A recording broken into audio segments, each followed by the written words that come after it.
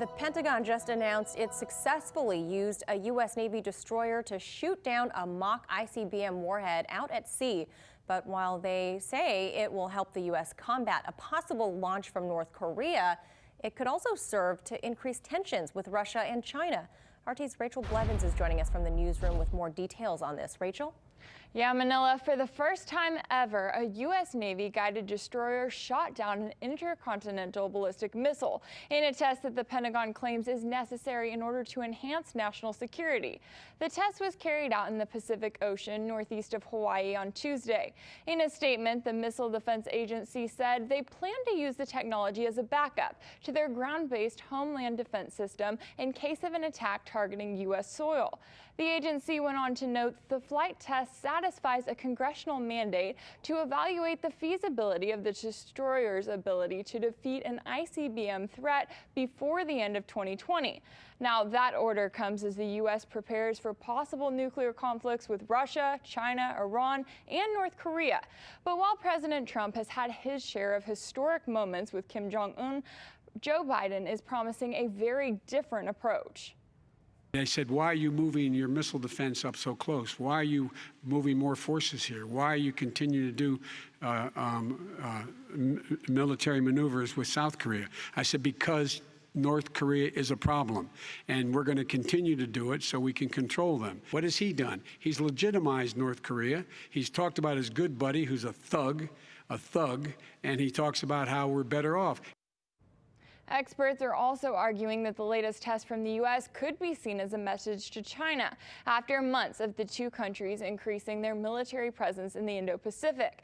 Beijing launched 2 aircraft carrier killer missiles into the South China Sea back in August, which was seen as a warning to Washington.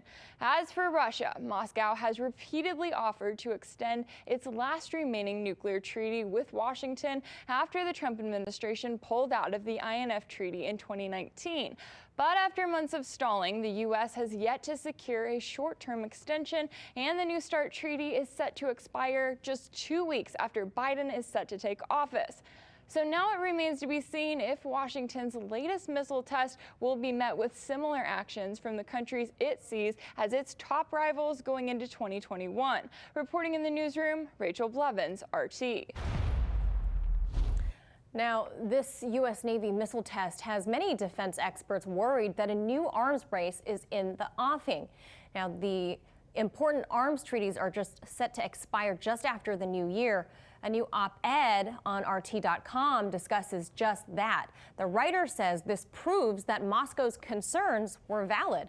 Scott Ritter is a former U.S. Marine Corps intel officer as well as a UN weapons inspector, just to name a few titles to his credit. He's joining us now.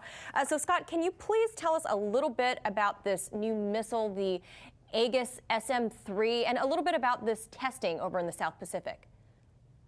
Well, sure. First of all, the SM-3 missile is a standard missile. It's standard equipment on every Aegis class missile ship, whether destroyer or cruiser in the United States Navy. Its primary mission, at least in the early versions, is to shoot down enemy aircraft and also incoming cruise missiles and short range and intermediate range missiles. This version that was tested, the SM-3 Block 2A, however, has an intercontinental ballistic missile intercept capability. Russia has long said that, for instance, the United States has deployed 2 missile defense systems, one in Romania, one in Poland, and Russia has always claimed that this missile defense wasn't against Iran, but rather was structured to take on Russian strategic nuclear weapons. And we now know that the SM-3 Block 2A is an ICBM killer, and it will equip the Polish Aegis Ashore system. So Russia's been right all along. This is, the United States is destabilized.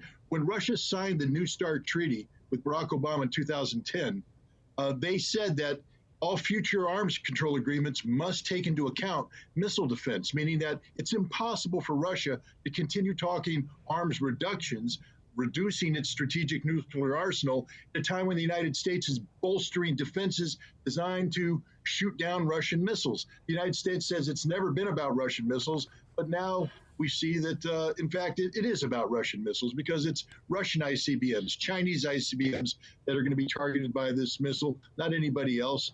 And they talked about extending this New START treaty.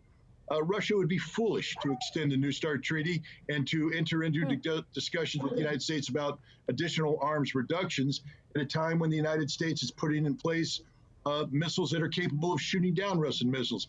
Russia would be compelled to take a step back and seek to come up with systems capable of defeating this and look at increasing the size of its nuclear arsenal, take into account that some of their missiles may in fact be shot down.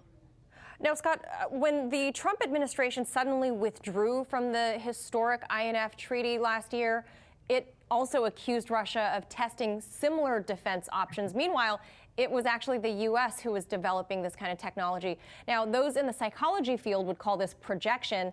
So given this new test and the renewed icy relations with Russia, is there any chance a Biden administration could revive the INF treaty? I know you said maybe not, go back to the New START treaty and let it expire, but what about the INF? Well, from my perspective as an old school arms controller, my background also includes being the first INF inspector on Soviet soil back in 1988 to implement that landmark agreement. I'm a big believer in arms control. I'm a big believer in bilateral arms control.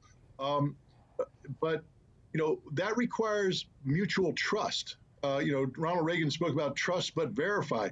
Trust is the first aspect of it. Right now, Russia literally can't trust the United States. The United States has withdrawn from every agreement it's ever entered into, and it lies about its capabilities. Would Joe Biden be wise to look at getting back into an INF-type agreement? Absolutely. But remember, this is a man who says that he has to be tough on Russia, right, tough on Putin. And being tough is sort of the antithesis of meaningful arms control. Maybe it's part of his strategy. Ronald Reagan spoke tough about the Soviet Union before he entered into the INF treaty, and maybe that's what Biden's seeking to project, a toughness that allows him flexibility for negotiations. But I don't see that right now. I just see a lot of rhetoric and very little action. And like I said, it's not just getting back in the INF treaty. It's whether or not Biden will be able to renew this New START treaty and therefore buy a chance for future arms control agreements. If the United States does not take into account Russia's concerns about ballistic missile defenses, I don't see Russia being able to engage meaningfully with the United States about future arms control. Yeah, absolutely. I encourage everybody to go out there and go onto RT.com, check out Scott Ritter's new op-ed. It goes into great detail about all of this. Scott Ritter, thank you so much for joining us.